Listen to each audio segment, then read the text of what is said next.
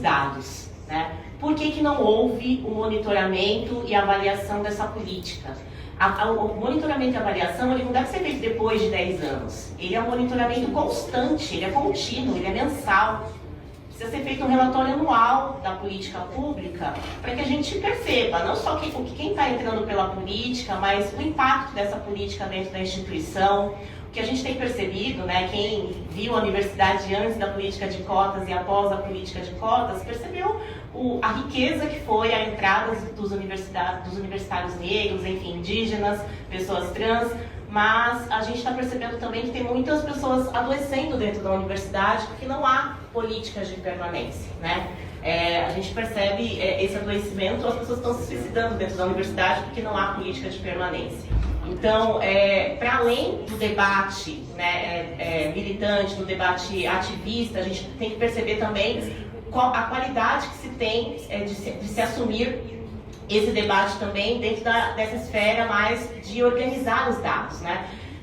A gente percebeu, a Sueli Carneiro fala bastante isso, né? Em 1994, no término do Apartheid, foi feita uma pesquisa para entender quem eram os negros, a quantidade de negros que existiam nas universidades brasileiras, equiparado com as universidades da África do Sul. E se percebeu naquele contexto, né, o movimento negro, inclusive, utilizou bastante essa pesquisa, de que existiam mais negros dentro das universidades na África do Sul, no pós-apartheid, do que negros nas universidades brasileiras. Só tinha menos de 1% de negros nas universidades brasileiras. Ou seja, o pós-apartheid tinha mais negros do que a falsa democracia racial que a gente estava vivenciando no Brasil, que a gente ainda, né, debate sobre isso. Ou seja, a importância dos dados estatísticos, dos dados qualitativos, quantitativos, acadêmicos, de fazermos pesquisas para entendermos onde a gente está e que rumo que a gente quer traçar. Porque a gente não está lutando só simplesmente pela reserva de vagas para as pessoas negras, né?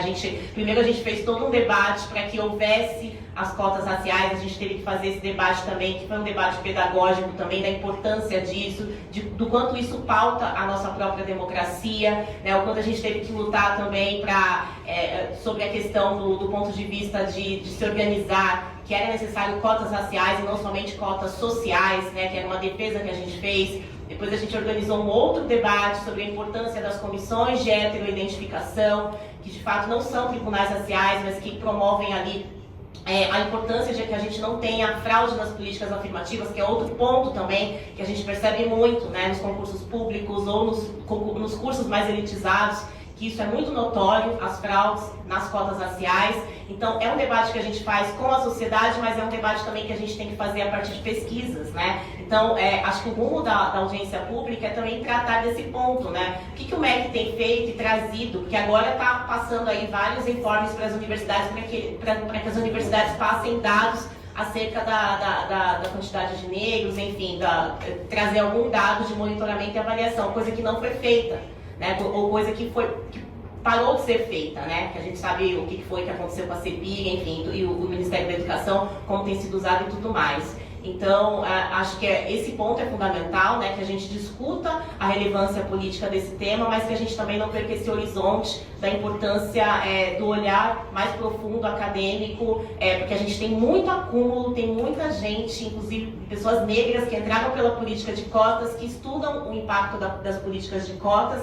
Já tem muita pesquisa sobre isso, né? Inclusive, outro ponto que foi debatido, né, que as pessoas negras iriam, enfim, prejudicar o andamento das universidades porque o rendimento não seria o mesmo, e foi exatamente o contrário, né? As pessoas negras no primeiro ano têm mais dificuldades, mas depois no segundo ano conseguem até avançar mais do que as pessoas que não entram pelas cotas raciais ou cotas étnico-raciais e sociais, né? Ou seja, quando nos quando conquistamos as nossas oportunidades, né, os nossos direitos, a gente consegue avançar, né? Então, mas a gente não precisa avançar, a gente tem que avançar para além da entrada de universitários negros, né? A gente precisa avançar na política como um todo, né? Se as pessoas negras estão entrando nas universidades, elas ainda continuam morrendo nas periferias, né? O que avançou de fato para essa pessoa que entrou pela universidade, o que avançou também no ponto, né, de termos pouquíssimos professores negros ainda nas universidades brasileiras, né? só a título de exemplo, né? Óbvio que é uma universidade estadual, mas eu falo da Universidade de São Paulo, que eu sou doutoranda pela Universidade de São Paulo. A USP tem 2,7% de professores negros. Nas universidades federais, a gente tem pouquíssimos professores negros ainda, então é outro ponto, que quando há um concurso também há uma vaga, ou se abre concurso para 2 vagas, não entram as cotas, enfim, é um ponto que a gente vai precisar organizar e debater também.